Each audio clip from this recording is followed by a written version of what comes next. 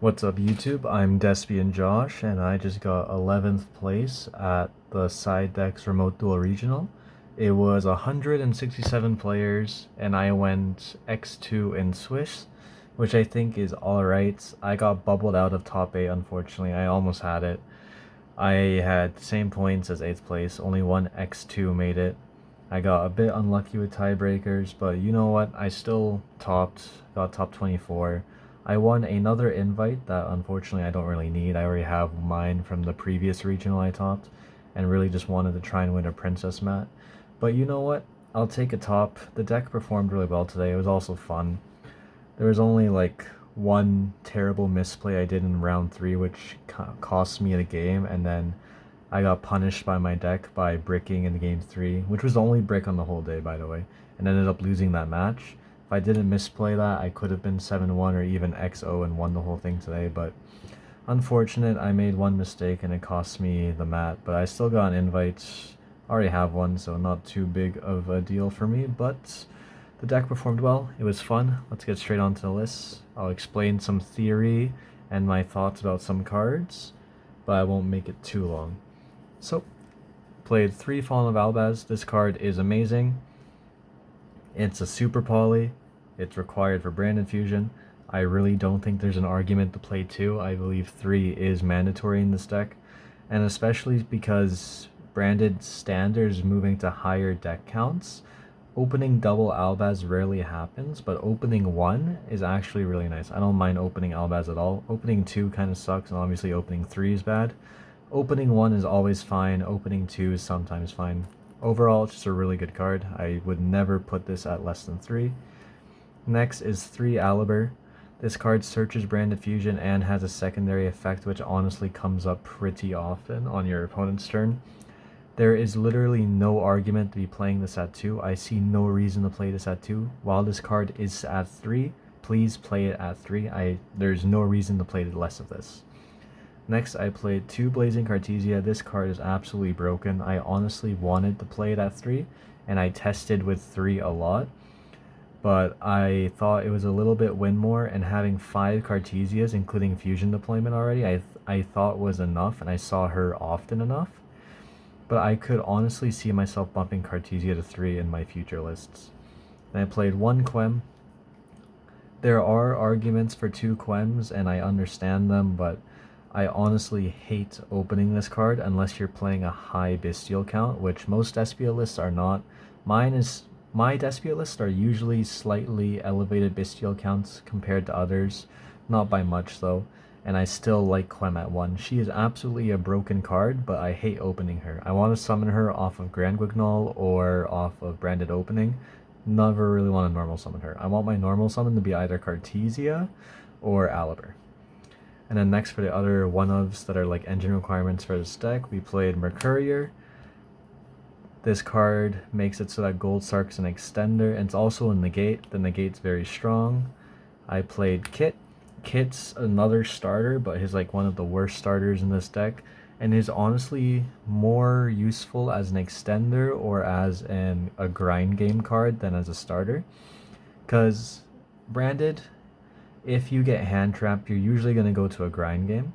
And what I like doing is, if you use the Retribution to like get your Branded Fusion or Branded in red back, using this to get Retribution and setting Retribution down to like shuffle back your extra deck monsters to keep grinding, and just using Retribution as a negate, because that interruption is very strong, especially in the grind game. Like just negating Original Sin, negating Flamberge, or whatever else, negating Princess. It's just really strong. And I think the reason why I really was sold on Kit was just because the cards that he can get me back are nice. He's more of a grind game card. He gets sided out every time going second, but good card. I think I would keep playing it going forward. I see no reason to cut it. Next is Tragedy. Opening this card is nice. Not opening it, but opening Gold Sark of Foolish Burial is nice. It's an engine requirement, but it's like a nice engine requirement. Next, I played Adlib. I didn't play this in my last list because I focused heavy on the puppet and just puppet locking people. And this deck still has the puppet, by the way. I'm not so skilled at the game I could top a regional without puppet on Despia. Like, I'm good. I'm not that good, though. But Adlib, even with the puppet, I think it's worth playing him because he is just such a good card. And what really sold me to put him back in was that shifter decks like Kashtira and Flu are in the format, and Adlib is what helps you build half decent boards through shifter. Like going first, you can set up double Dragostapelia, and that cooks birds, and that can sometimes cook Kashtira. And Adlib's nice. He also helps you live. Good card. Another reason why I decided to put him in is because his on-field effect gives you attack boosts, so it can help you attack over the Raid Raptor towers or X-Pearly Noir. Didn't play Pearly or Raid Raptor today, but I do see it at locals, and this does work. This card is good. Triple Mirror Jade plus Puppet Lock, best feeling in the world. Next, I played Triple Albion. I only played 2 in my last list, but that's because my last list was a 45 list. This is a 49 card list, so I simply decided to bump them up to 3 because, it's a Foolish Burial and an Upstart. I honestly don't know why me and other Despia players only played this at 1 before. This card is honestly a definite 2 or 3 of. I think if you're like running around 45, you would play it at 2, and anything above 45, you want this card at 3. But this card is just broken. It's also branded in red, target in the grave, so yeah, I see no reason to play more of this card. Then 1 Bestial Lubellion, that's really all you need. I don't think I would bump this unless like Branded Fusion or Aliber gets hit. 1 is fine.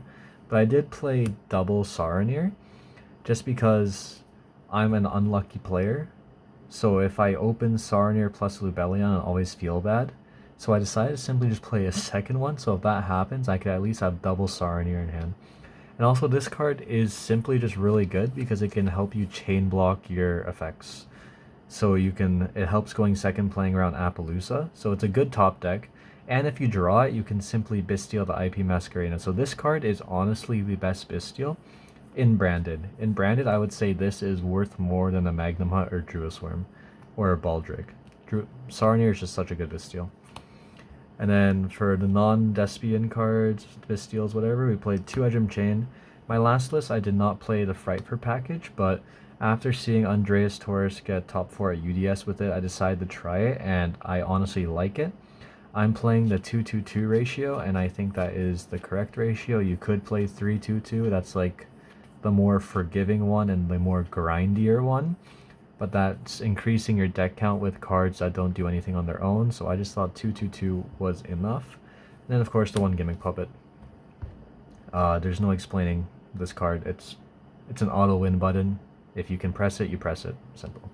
So that's it for monsters. For spells, we played the best spell card ever printed, 3 Branded Fusion. I got my 3 beautiful Alti copies since YCS Vancouver. I absolutely love this card. This card is broken. There's literally no explanation needed. 3 Branded Opening. In Fire format especially, this card's a definite 3 of. In my opinion, it's always been a 3 of, but there have been some people who played it at 2 for whatever reason. This thing summons Albert and Quem and gives you destruction protection, helps you survive. Just a really good card. It also triggers your Saronir, your Edgem Chains, and your Tragedy if you open them, which is nice. 3 Fusion Deployment. This card says summon Cortesia or Albaz. I see no reason why you wouldn't play this card. It's just really good. And now for the slightly techie cards, I played 3 Droplet. I decided to play Droplet over Super Poly because I figured that with the Edgem package, there's more good cards to send with it. And I guess you could argue the same for Super Poly. But the thing with Droplet is it can stop an Appo. Whereas, let's say, like a good Snake Eye player will summon Appo like on their turn instead of on your turn. I've done a lot of testing with some good Snake Eye players. So I would rather like normal Aliber and then just chain Droplets, send Aliber, and negate the Appo.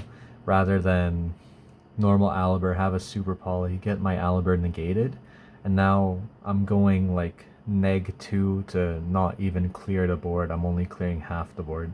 So I think Droplet is a lot better than Super Poly right now. I did cut the Poly. I tested it a lot. I don't think this is the format for it because it doesn't 100% clear boards. And yeah, Droplet doesn't either, but it does a better job at it. And then of course, 3 Thrust. Thrust package, broken, complemented by 1 Talent. What can I say? It's good. 2 Patchwork. 2 polys. I believe it's the correct ratio. It's what worked well for me, and it's also like the most simple ratio. Nothing like spicy or messed up about it. It just works. 1 branded in red. I don't really understand why people play more than 1. I mean, yes, it's a good card, but I honestly don't like opening it unless I open a heavy monster hand. But the math just says that that's not going to happen often. Like, most of my hands are 2 monsters, 3 spells, or like 4 spells, 1 monster. Like, this is a heavy spell deck. So honestly, 1 in red I think is perfect. 2 might be fine. There were times where I played against Kashtira. I played against 2 Kashtira today, by the way. There are times where I played against Kashtira and they just sniped this off Rise Heart. This is a 49 card deck, by the way. Yeah, so they would snipe this with Rise Heart and I just feel bad and wish I had a second one. But I won both those games where they banished in red without it. So it's a good card, really good card. Don't underestimate this, but more than 1, I don't think you need it. 1 is good. Branded Loss. I did a meme with my friends where I would side 2 more copies of Lost in for going second, because this card just forces interaction and it's so funny. It can also help you give a read on your opponent's hand to see whether they have Ash or not, because oftentimes if they are like thinking on Lost or like interacts with it right away, especially on like a heavy negate board, that means they don't have Ash and they want to use whatever other negate they have on your branded fusion. So this helps you like info check your opponent's hands, and it forces interaction, which can make your thrust and talents live, which is good. Broken card, honestly, it's the reason why branded is tier 1. I would value this over like Puppet, Sanctifier, and that might be a stretch, but this card is broken. And then this card makes your branded fusion resolve. Yeah, just play it. It's like the 5th copy of Thrust / Talent. It's just good. Starter, broken trap card that's a negate and is involved in 2 card combos to get you to branded fusion, and then engine requirement for thrust. So that's my main deck. Main deck is 49. I couldn't really think of a good 50th card that was worth playing, so I just like decided not to play a 50th card at all and just play 49. And for the extra deck, it's pretty standard, honestly, nothing too spicy. Played 2 Mirror Jades. You can get away with 1.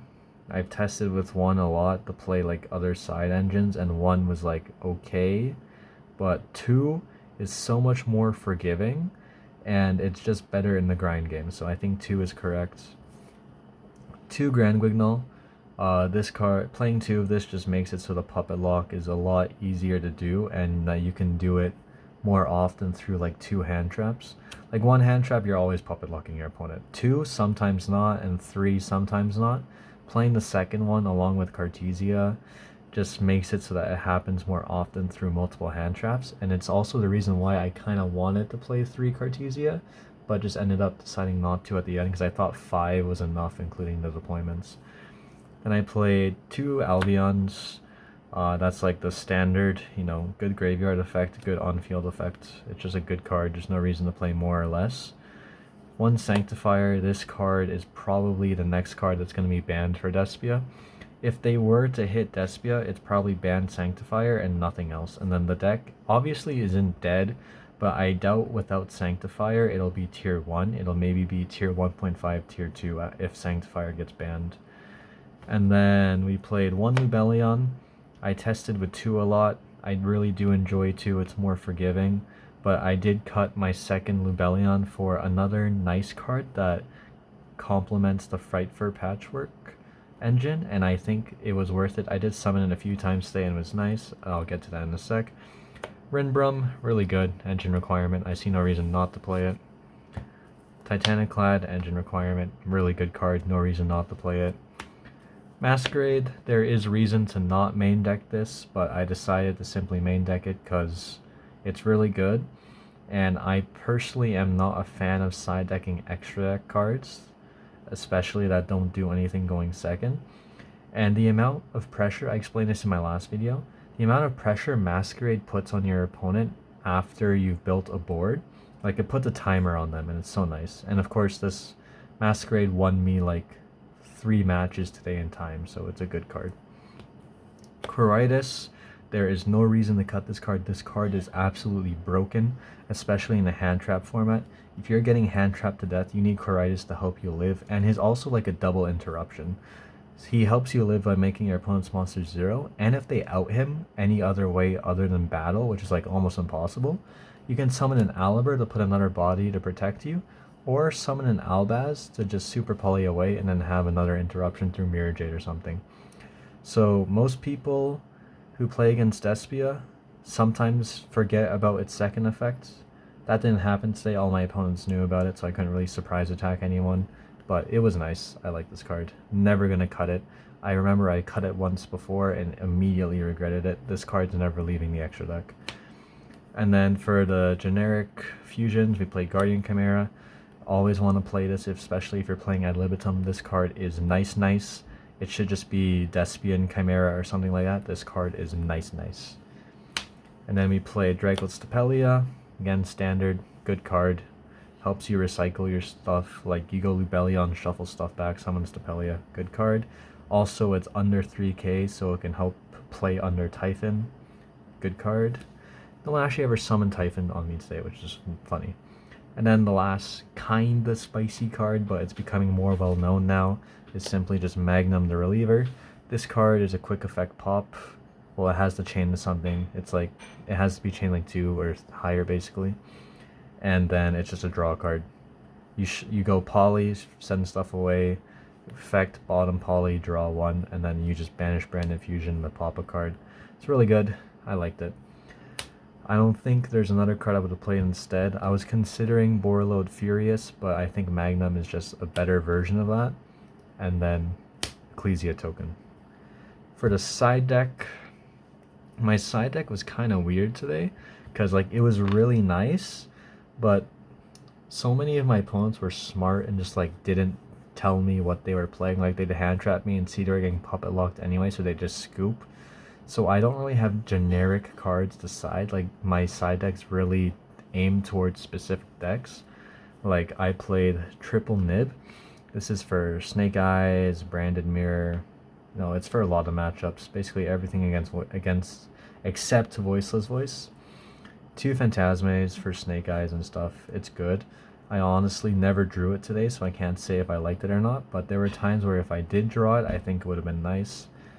I sided 2 Druis Worm for Voiceless Voice and Snake Eyes, 1 Mag, 1 Baldrake. Bastiles are broken this format. You honestly should be on them, especially if they're engine for your deck.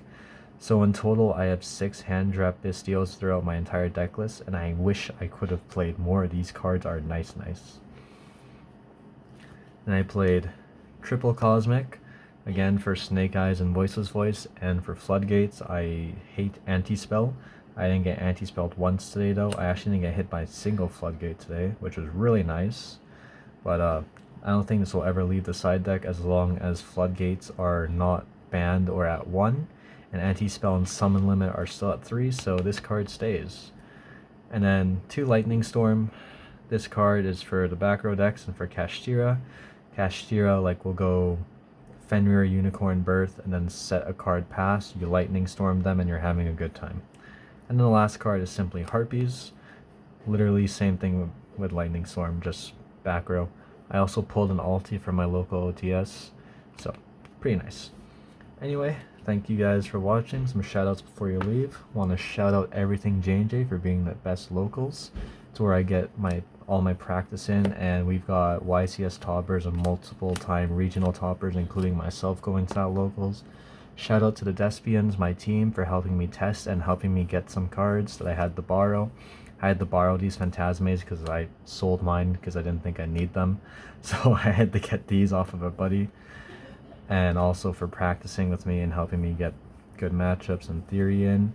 And then of course thanks to the other team, CWG, those guys are amazing, especially my boy Bobby and Rhinex. Those guys helped me with theory a lot and helped me practice the Snake Eyes matchup and just helped me practice and learn how to play around hand traps.